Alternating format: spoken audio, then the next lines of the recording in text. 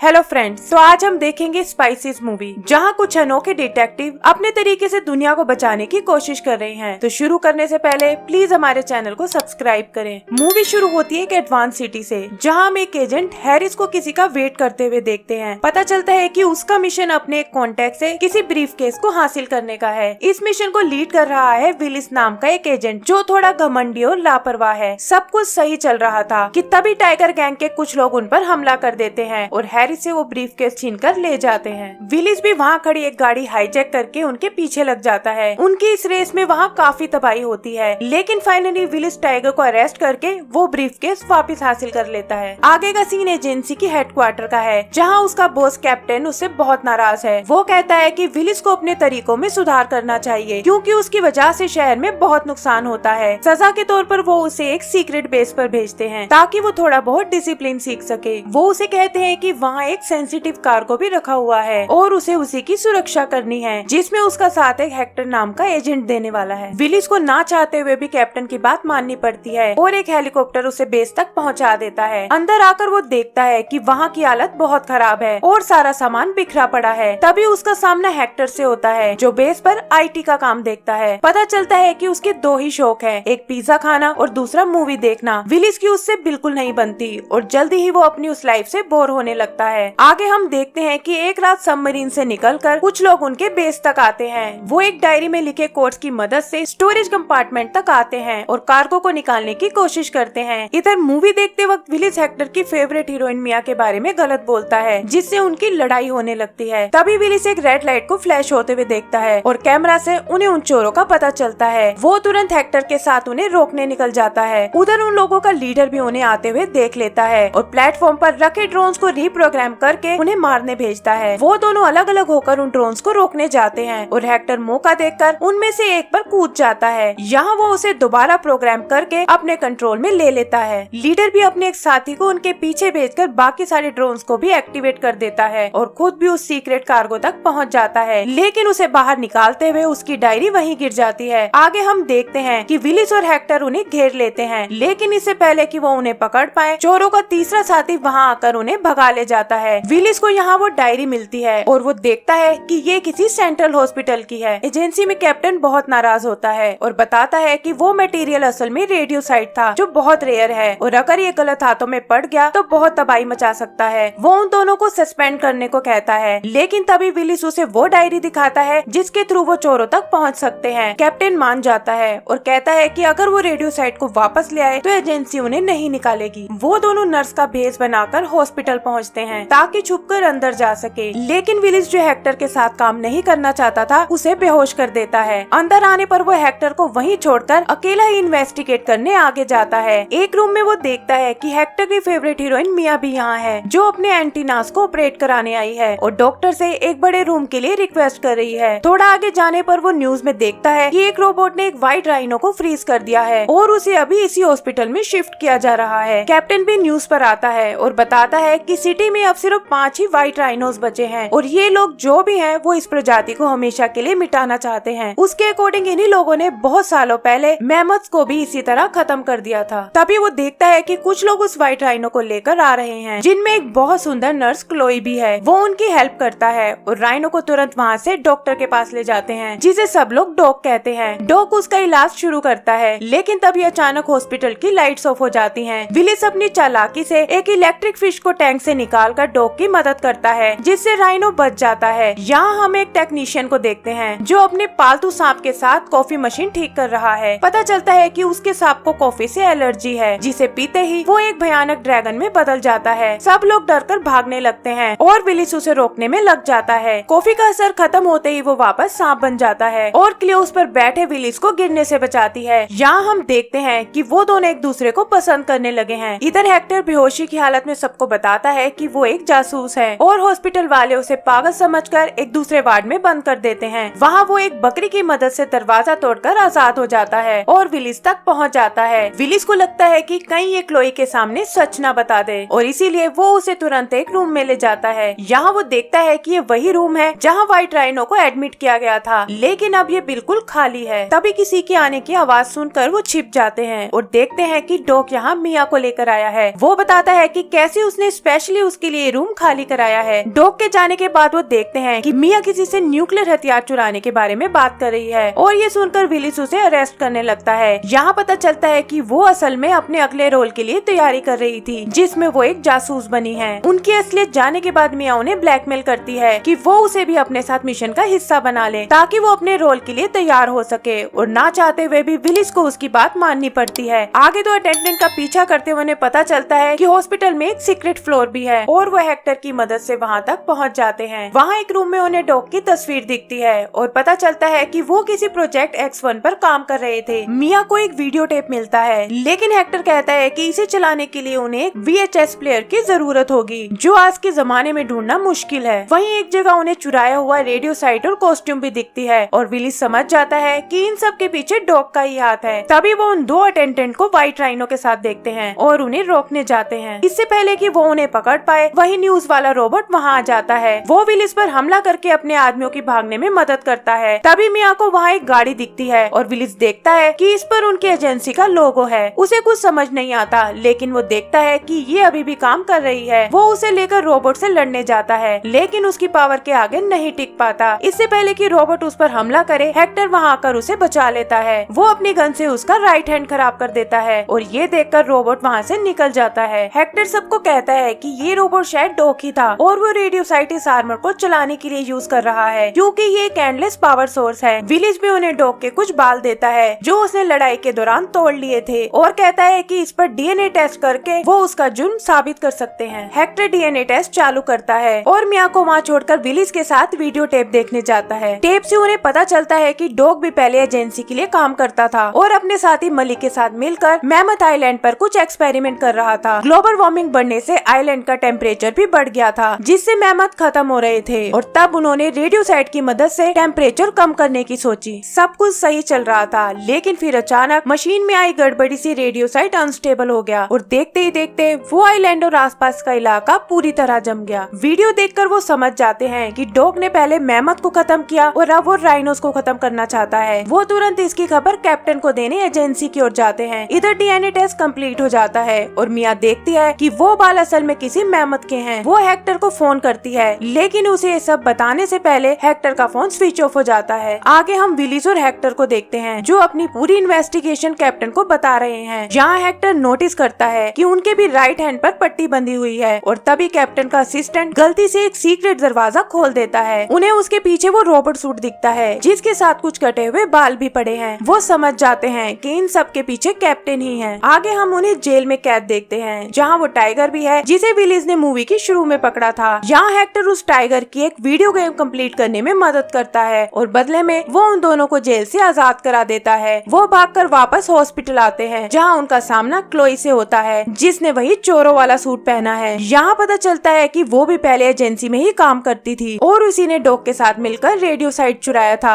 Willis को लगता है कि डॉग गैंग भी कैप्टन के साथ मिली हुई है, लेकिन क्लोई उसे अपने साथ आने को कहती है। यहाँ वो देखते हैं कि इस एरिया में अपना एक अलग ही एनवायरमेंट है जहाँ बड़े बड़े ग्लोब्स में उन जानवरों को रखा गया है जो लुप्त होने वाले हैं। क्लोई बताती है कि उन्होंने रेडियो साइट सिर्फ इसलिए चुराया था ताकि अपनी रिसर्च के लिए अनलिमिटेड पावर सोर्स मिल सके। आगे वो डॉग से मिलते हैं जो बताता है कि कैसे मैमथ आइलैंड के हादसे के बाद उसे खुद पर बहुत गुस्सा आया और वो छुपकर पिछले 20 सालों से रेडियो साइट पर रिसर्च कर रहा था। फिर वो उन्हें बताता है कि कैसे रेडियो साइट की मदद से अब वो किसी भी क्लाइमेट को कंट्रोल कर सकते हैं और उन जानवरों को बचा सकते हैं जो खत्म होने वाले हैं। हेक्टर बताता है कि कैसे कैप्टन भी एक मैमथ है और उसी ने राइनो पर अटैक करके डॉग को फंसाना चाहा। विलिस सबको वार्न करता है कि उन्हें पकड़ने के लिए कैप्टन के आदमी किसी भी वक्त यहाँ आ सकते हैं और उन्हें मिलकर उनका सामना करना होगा। इधर कैप्टन का एक एजेंट माइक अपने लोगों के साथ उन्हें पकड़ने आता है और विलिस और बाकी लोग स्टाफ के साथ मिलकर उनका मुकाबला करने लगते हैं। यहाँ वो टेक्नीशियन एक बार फिर अपने सांप को कॉफी पिलाता है जिससे वो एक ड्रैगन में बदल जाता है। एजेंसी के सोल्जर्स ड्रैगन के आगे नहीं टिक पाते और मैदान छोड़कर भागने लगते हैं, लेकिन तभी वहाँ कैप्टन आ जाता है। वो एक एक करके सभी को फ्रीज करने लगता है और उस ड्रैगन से भी भिड़ जाता है, लेकिन ड्रैगन भी उसकी पावर नहीं झेल पाता और जल्दी ही फ्रीज हो जाता है। ये देखकर डॉग कैप्टन को कहता है कि आखिर वो निर्दोष लोगों को क्यों मार रहा है। यहाँ कैप्टन अपनी स्टोरी बताता है कि कैसे वो उसी मैमथ आइलैंड पर अपनी फैमिली के साथ रहता था जहाँ डॉग ने वो एक्सपेरिमेंट किए थे। उसके डैड को शुरू से ही किसी अनहोनी का डर था और इसीलिए उन्होंने एक्सपेरिमेंट से ठीक पहले उसे एक बोट में बिठाकर वहाँ से दूर भेज दिया, लेकिन थोड़ी ही देर में आइलैंड पर एक बहुत तेज धमाका हुआ और वापस आकर उसने देखा कि वहाँ सब कुछ जम गया है, जिसमें उसकी फैमिली भी थी। वो इन सब का जिम्मेदार डॉग को बताता है और उसे मारने आगे बढ़ता है। विलिस हेक्टर और क्लोई के साथ मिलकर उसे रोकने की कोशिश करता है, लेकिन इसमें वो दोनों फ्रीज हो जाते हैं। तभी वहाँ मिया आती है और अपने एंटीना की मदद से अपनी जैसी हजारों बीज को भी बुला लेती है। कैप्टन उनसे लड़ने की कोशिश करता है, लेकिन जल्दी ही वो बीज उसके आर्मर को तोड़ डालती है। इधर मौका देखकर विलिस उसके आर्मर पर लगे रेडियो सेट को नष्ट कर देता है, जिससे वो पावरलेस हो जाता है। कैप्टन भी हार नहीं मानता और मिया को पकड़कर उसे शूट करने की धमकी देता है। तब डॉग उसे एक और मेहमत से मिलवाता है और पता चलता है कि वो असल में कैप्टन के बचपन की दोस्त मेलिसा है, जो उसके साथ आइलैंड पर रहती थी। वो कैप्टन को बताती है कि कैसे डॉग की वजह से ही वो आज जिंदा है और वो एक बुरा आदमी नहीं है। ये देखकर कैप्टन भी हार मान लेता है और मेलिसा उसे गले से लगा लेती है। आगे डॉग रेडियो साइट की मदद से सभी जमे हुए जानवरों को फिर से ठीक करता है और विलिस और हेक्टर भी अपनी नाराजगी भुलाकर दोस्त बन जाते हैं। एंड सीन में हम देखते हैं कि विलिस क्लोई को प्रपोज करता है और बैकग्राउंड में हेक्टर और मिया भी एक दूसरे को पाकर बहुत खुश हैं। और इसी के साथ हमारी मूवी खत्म हो जाती है। तो दोस्तों, अगर आपको ये मूवी पसंद आई हो तो प्लीज हमारे चैनल को सब्सक्राइब करें। Thank you.